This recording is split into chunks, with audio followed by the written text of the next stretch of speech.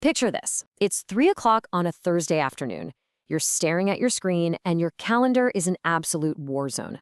You already have 3 urgent, high-stakes commitments just flashing red on your schedule. You've got a major client pitch tomorrow morning that desperately needs some final polish, a super complex weekly status report that's due by 5 o'clock today, and your team is sitting there waiting on your data for a crucial presentation prep session. Your brain is running at max capacity, just trying to figure out how you're going to get it all done. And right as you're deep in the trenches, just trying to hold the whole shebang together, a colleague pops their head into your office or drops one of those sudden urgent messages in your chat. They say, "Hey, I'm completely swamped right now. Can you finish this for me today?" You know instantly that it's impossible. You know your plate is already overflowing. But what do you say? Driven by this deep desire to be helpful, or maybe just to avoid an awkward conversation, the fatal, automatic response slips right out of your mouth. Sure. And just like that, your entire day derails. Notice how your workload meter is suddenly redlining? Because of that one automatic yes, you're now going to be stuck at your desk, working late into the evening. But honestly, it's actually way worse than just losing your free time. Because your focus is now totally divided, several of your core projects, the pitch, the report, the team prep, they're all at serious risk. You might rush them, you might make mistakes, or you might just completely miss the deadlines. It's a literal domino effect. So let's dive into this, because this exact scenario highlights a massive, deeply ingrained misconception we have about the workplace. Consider this core question. Why is saying yes sometimes actually less professional than saying no? You know, a lot of us have been conditioned to believe that a good employee is just a constant people pleaser who agrees to everything. We want to be seen as these highly competent, energetic team players. But when saying yes to everything leads to missed deadlines, burnout, and letting people down, it's actually deeply unprofessional. Saying yes when you really should have said no almost always has worse consequences than just saying no in the first place. So how do we fix this? Well, before you commit to any new task, there's a highly practical 5-step framework you need to internalize. It works like this. First, a request comes in. Second, you check your capacity. Third, you explain your constraint. Fourth, you offer options. And fifth, you come to a workable agreement. Let's look at action 1. Pause before committing. You absolutely have to break the dangerous knee-jerk habit of the automatic yes. An instant yes is rarely driven by logical business reasoning, right? It's usually just a psychological response, like a desire to be liked, a fear of embarrassment, or just an urge to avoid a momentary interpersonal conflict. Contrast that amateur mindset with the true professional approach here. On the left, the automatic yes is entirely focused on pleasing others in the moment. But on the right, the strategic pause shifts the focus completely. It creates this crucial little space between the request and your response, so you can evaluate your actual capacity before opening your mouth. Moving right along to action 2. Clarify what is being requested. Often, people make these super vague requests that might make perfect sense in their own heads, but are totally undefined for you. Like, can you help me with this? That could mean a 5-minute proofread, or it could be a 5-hour deep dive into a massive spreadsheet.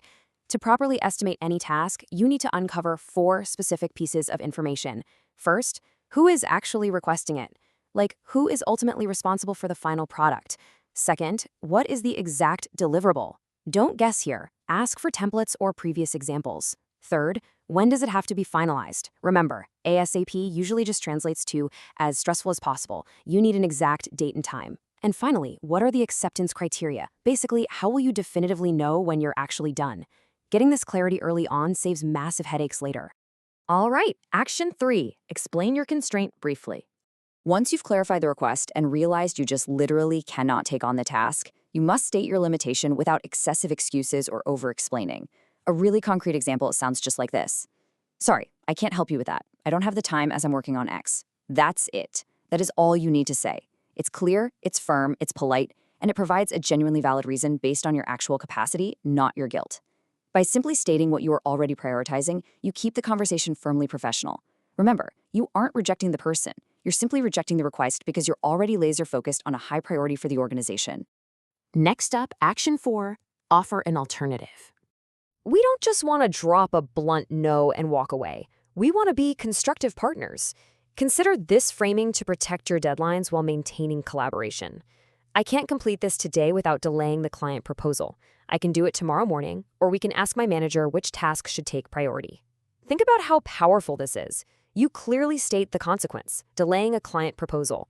Then you offer an alternative timeline that actually works for you. Or you escalate the prioritization to the person whose job it is to make those calls, your manager. There are a few other fantastic ways to offer alternatives when your workload meter is totally full. First, you can simply say you'll answer later. Give yourself some breathing room to check your calendar and promise to get back to them by a specific time. Second, you can negotiate a compromise on the scope.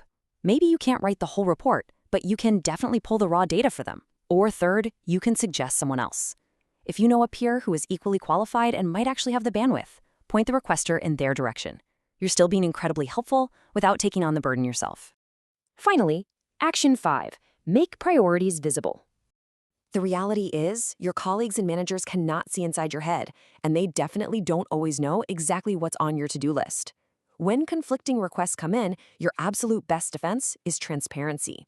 Here's how this dynamic plays out across different relationships.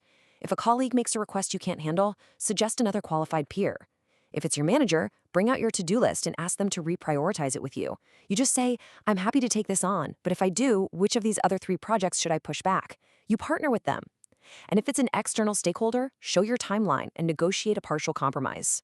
Now, let's bring all of this together and replay that opening story. On the left is the failed outcome.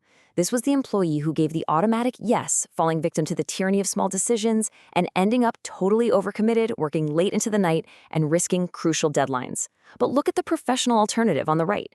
Our employee pauses, clarifies the request, explains they're working on the client pitch, and offers to tackle the new task tomorrow. The result? They protect their capacity, they deliver high-quality work, and they forge successful agreements without burning themselves out. Remember, being a professional isn't about doing everything for everyone at all times. It's about doing your most important work exceedingly well and having the courage and the communication skills to protect that focus. So, I'll leave you with this stark thought.